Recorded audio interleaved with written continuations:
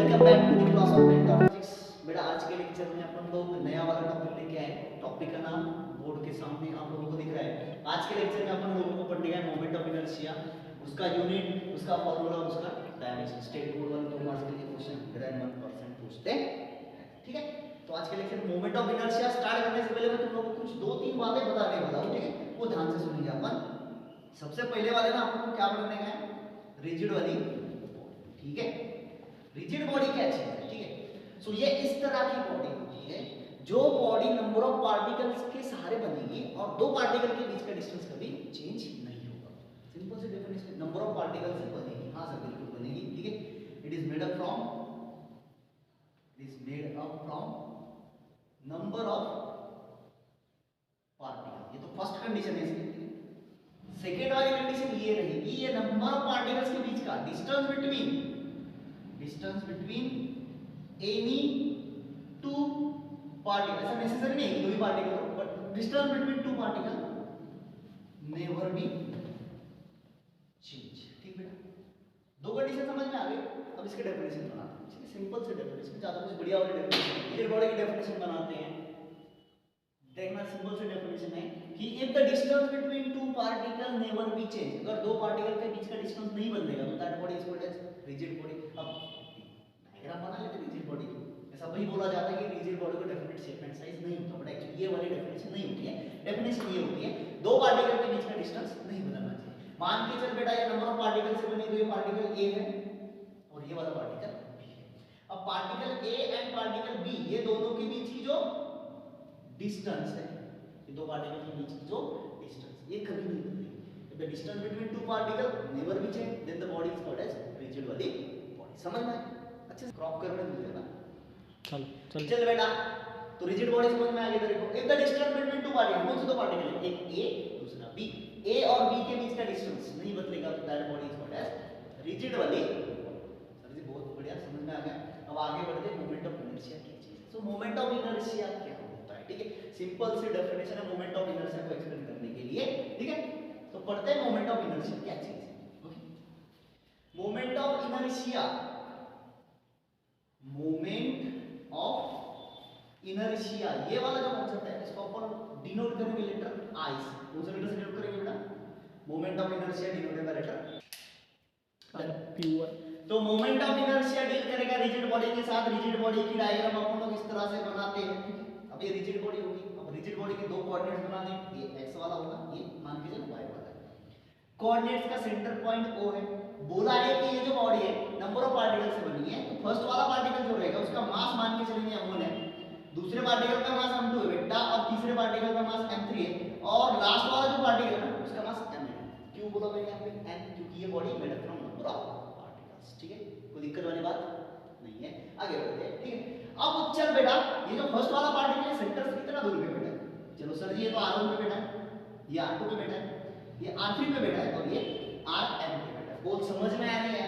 तो ये बन गई बेटा तेरे लिए रिजिड बॉडी डायग्राम। इसे मान के चलो रिजिड बॉडी, ठीक है। अब ये रिजिड बॉडी के सहारे तू क्या एक्सप्लेन करेगा? Moment of inertia. अब रिजिड बॉडी के सहारे मोमेंट ऑफ इनर्शिया को कैसे एक्सप्लेन किया जाता है? तो ये मोमेंट ऑफ इनर्शिया का एक छोटू सा स्टेटमेंट आता है। मोमेंट ऑफ इनर्शिया का छोटू सा स्टेटमेंट आता है। स्टेटमेंट है बेटा I बराबर mr²। शॉर्टकट में लिखेंगे अपन I बराबर mr²। So here m stand for mass, here m stand for mass, r stand for distance. ये 2 को तो आप लोग ऑलरेडी जानते हैं, क्या स्क्वायर। ये I क्या होगा बेटा? Moment of inertia. तो स्टेटमेंट बहुत ही सिंपल है, ठीक है। देखते हैं, इनके बीच में कुछ भी नहीं तो क्या है? प्रोडक्ट है। इनके बीच में कुछ भी नहीं है तो क्या है? प्रोडक्ट है। तो डेफिनेशन लिखना है, the product of mass and square distance between the particles is called as moment of inertia. फिर से एक बार, product of mass and square distance between the particles is known as moment of inertia. अब अच्छे से definition को बनाएंगे, कैसे बनाते हैं देखना। सबसे पहले अपन लोग क्या करेंगे, ये जो बॉडी बनी है नंबर ऑफ पार्टिकल से, ये सारे पार्टिकल का जो मास है उनकी समेशन करेंगे, ठीक है। तो समेशन कैसे किया जाता है? ये वाली जो साइन है सभी जानते हैं, it is called as summation. और समेशन का मतलब क्या होता है? एडिशन। तो प्राइमरी टारगेट है कि सारे मासेस की एडिशन करें, ठीक है। अब नंबर ऑफ पार्टिकल्स है तो मास की अगर मैं एडिशन करूं तो इसको ऐसे लिखूंगा समीशन m बराबर फर्स्ट पार्टिकल का मास प्लस सेकंड पार्टिकल का मास प्लस थर्ड पार्टिकल का मास प्लस ये कहां तक चलेगा बेटा जब तक तेरा n पार्टिकल नहीं। तो ये सारी मास कंडीशन हो गई। आगे बढ़ गया फिर डिस्टेंस की क्या करेंगे समीशन। चल तो डिस्टेंस की समीशन करेगा तो ये क्या आएगी r1 plus r2 plus r3 plus up to कहां तक चलना है n तक चलना। ठीक अब यहाँ पे एक बात है अपन पार्टिकल्स है ना डिस्टेंस बढ़ाते जाएंगे तो डिस्टेंस बढ़ेगा तो स्क्वायर बना दे तो r square r1 square r2 square r3 square ठीक है। Summation of all the masses and square distance between them particle के बीच का जो डिस्टेंस उसका स्क्वायर कर दे। तो ये दोनों का अभी हमको थर्ड स्टेप में क्या करने का है प्रोडक्ट करने का। ठीक तो डेफिनेशन देख क्या बनेगी ठीक है I बराबर summation of product of all the masses and square distance between them. चल घटक लिया समझ में आया बोल हाँ यार ठीक है। Summation of product of all the masses and square distance between them is called as moment of inertia. बोल चमका कि नहीं चमका समझ में आया अच्छे से कोई दिक्कत वाली बात नहीं बोल हाँ यार ओके। फिर से एक बार देखते हैं मोमेंट ऑफ इनर्शिया पढ़ रहे हैं कौन से बॉडी के साथ डील करेगा रिजिड कितने पार्टिकल से बनी n number of particle. First वाले पार्टिकल का मास कितना मान के चला m1 सेकंड का m2 है फाइनल का mn है। m1 कितने डिस्टेंस पे बेटा r1 m2 कितने डिस्टेंस पे बेटा r2 और उसी तरह जो लास्ट वाला पार्टिकल वो कितने डिस्टेंस पे बेटा r। सोचना क्या है यहाँ पे ये तो जनरल में लिख दिया m मार्क्स में तो एक्चुअल फार्मूला होता है स्टेटमेंट अगर लिखना चाहते हो तो समेशन के फॉर्म में लिखना है। समेशन का मतलब तुम लोगों को समझा दिया एडिशन है इसको सिग्मा भी बोला जाता है ठीक है। चल तो यहाँ पे जितने भी सारे मासेस है यहाँ पे जितने भी सारे मासेस के एडिशन उसको लिखेंगे समेशन और यहाँ पे जितना भी डिस्टेंस के एडिशन करेगा और डिस्टेंस का स्क्वायर करेगा तो क्या लिखेगा summation of r square. Third वाले स्टेप में ये दोनों के बीच में क्या करेंगे मल्टीप्लिकेशन। तो देख सकते स्टेटमेंट कैसे आएगा समेशन ऑफ यहाँ पे लिखते हैं समेशन ऑफ है ना ये समेशन वाली साइड है उसके बाद में ये तो तू जानता है प्रोडक्ट है ओके ये 2 का मतलब स्क्वायर है और r का मतलब डिस्टेंस तो बन के डेफिनेशन देखना कैसे summation of product of all the masses and square distance between them is called as moment of inertia. Hope you understand फिर से एक बार summation of product of all the masses and square distance between them is called as moment of inertia. चल moment of inertia की definition समझ में आ गई। अब बनाते हैं बेटा इसका यूनिट ठीक है। यूनिट बनाते हैं तो यूनिट बनाने के लिए तेरे पास फार्मूला होनी चाहिए हमें समीशन पढ़ना है इसको शॉर्टकट में मार्क्स में लिखते हैं ठीक है। चलो तो देखते हैं इसका यूनिट क्या बनेगा मोमेंट ऑफ इनर्शिया। शॉर्टकट में फार्मूला याद रख लिया तुमने I बराबर mr ठीक है। ये क्या हो गया मोमेंट ऑफ इनर्शिया का फार्मूला। पूछा क्या जाता है यूनिट तो mass is always measure in kilogram distance is measure in metre उसका बनेगा स्क्वायर। तो ये कौन सा यूनिट है सर जी ऐसा ही है ना। किलोग्राम क्या मेजर करेगा बेटा मास मीटर क्या मेजर करेगा डिस्टेंस का स्क्वायर है तो मास का भी सॉरी मीटर का भी स्क्वायर करते हैं ठीक है।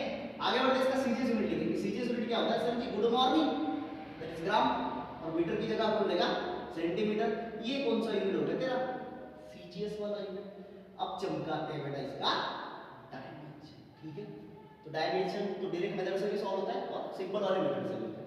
देखते क्या होता है LMT ठीक है ये डायमेंशन को लिखने की प्रोसेस है।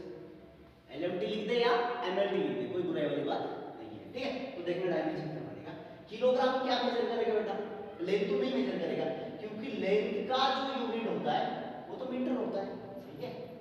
आगे बढ़े मास का जो यूनिट होता है बेटा वो किलोग्राम होता है और टाइम का जो यूनिट बचता है वो टाइम का यूनिट क्या बनेगा सेकंड बनेगा।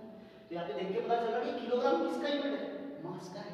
तो सबसे पहले किलोग्राम मास का यूनिट आएगा कितना कीजिए यहाँ पे मेंशन नहीं है तो वी आर अज्यूमिंग दैट यहाँ पे कुछ भी नहीं दिया तो कितना मान के चलते हैं 1 ठीक है। तो kilogram is the unit of mass कितना है 1। उसके बाद में metre is the unit of length कितना मीटर दिया है 2 तो यहाँ पे पावर आ जाएगी। उसके बाद में किलोग्राम और मीटर टाइम का यूनिट दैट्स वाई इसको लिख दिया 0। तो क्या डायमेंशन बना L2M1 t की पावर 0। बोल कोई बुराई वाली बात नहीं। समझ में आया मोमेंट ऑफ इनर्शिया का मतलब क्या है। Moment of inertia is nothing but summation of product of all the mass square distance between, ठीक है। ये तो स्टेटमेंट के साथ लिखेंगे, बट एक्चुअली फॉर्मूला क्या रखना है, I बराबर एम आर स्क्वायर, I बराबर मिस्टर स्क्वायर, I बराबर mister, I am mister square. चलिए ठीक है, समझ में आया। अब बढ़ेंगे आगे, ठीक है। ये मतलब आज का लेक्चर ये समाप्त होता होगा। आज का लेक्चर ये समाप्त होता नहीं बंद नहीं कर, ठीक है, समझ में आया। तो मोमेंट ऑफ इनर्शिया क्या चीज है, ओके, सिंपल सा टॉपिक था, कुछ मतलब इसमें कोई रॉकेट साइंस नहीं था, ठीक है। मिस्टर का स्क्वायर कर दे, इज कॉल्ड एज इनर्शिया, ठीक है। मास मेजर इन केजी